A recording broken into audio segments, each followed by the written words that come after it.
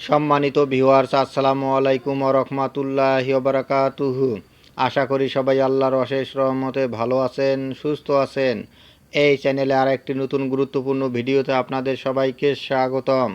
আজকে আলোচনা করব 19তম শিক্ষক নিবন্ধনের বিজ্ঞপ্তি নিয়ে যা জানালো এনটিআরসিএ। বিস্তারিত থাকছে ভিডিওতে। এই ভিডিওটি দেখার আগে যারা এই চ্যানেলে একদম নতুন তারা অবশ্যই চ্যানেলটি সাবস্ক্রাইব করে পাশে থাকা বেল আইকনটি প্রেস করে দিন। আর যারা ইতিমধ্যে সাবস্ক্রাইব করেছেন তাদেরকে জানাই অসংখ্য ধন্যবাদ। 19তম শিক্ষক নিবন্ধনের বিজ্ঞপ্তি নিয়ে যা জানালো এনটিআরসিএ।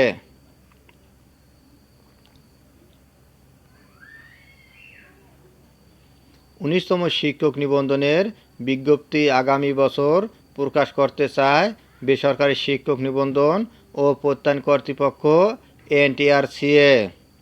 এজন্য আগামী বছরের শুরুতে সভা করবে সংস্থাটি। এরপর বিজ্ঞপ্তি প্রকাশের কার্যক্রম শুরু হবে।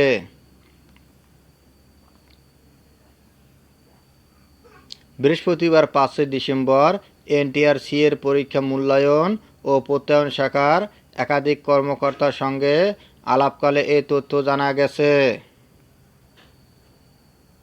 নাম অপ্রকাশিত রাখার শর্তে সংস্থাটির পরীক্ষা মূল্যায়ন ও প্রত্যয়ন শাখার এক কর্মকর্তা জানান, নিবন্ধন পরীক্ষায় বেশ কিছু পরিবর্তন আনার বিষয়ে ভাবা হচ্ছে। এই বিষয়গুলো এখনও চূড়ান্ত করা হয়নি। সেজন্য 19তম শিক্ষক নিবন্ধনের বিজ্ঞপ্তি চলতি বছর প্রকাশ করা সম্ভব হবে না। আগামী বছরের জানুয়ারির প্রথম সপ্তাহে আমাদের একটি সভা হওয়ার কথা রয়েছে।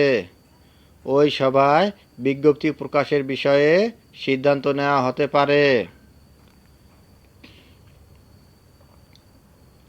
ওই কর্মকর্তা আরও জানান, আমাদের পরিকল্পনা হলো 18তম শিক্ষক নিবন্ধনের মৌখিক পরীক্ষা চলাকালীন 19তম শিক্ষক নিবন্ধনের বিজ্ঞপ্তি প্রকাশ করা।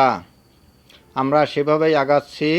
18তম নিবন্ধনের ভাইবা শেষ দিকে 19তম নিবন্ধনের বিজ্ঞপ্তি প্রকাশ করা হবে। 19তম শিক্ষক নিবন্ধনের বিজ্ঞপ্তি প্রকাশের সম্ভাব্য সময় সম্পর্কে জানতে চাইলে এনটিআরসিএর সচিব AMM Rizwanul Haque the Daily ক্যাম্পাসকে বলেন, চলতি বছর 19তম নিবন্ধনের বিজ্ঞপ্তি প্রকাশের সম্ভাবনা কম। বিষয়টি নিয়ে কাজ চলছে। প্রসঙ্গত, বেসরকারি শিক্ষা প্রতিষ্ঠানে শিক্ষক নিয়োগের যোগ্যতা অর্জন করতে হয় শিক্ষক নিবন্ধন পরীক্ষার মাধ্যমে। 2005 সালে প্রতিষ্ঠার পর এখন পর্যন্ত 18টি নিবন্ধনের বিজ্ঞপ্তি প্রকাশ করেছে এনটিআরসিএ। এই নিবন্ধন সনদের মাধ্যমে 1 লাখের বেশি প্রার্থীকে বিভিন্ন শিক্ষা প্রতিষ্ঠানে নিয়োগের সুপারিশ করা হয়েছে।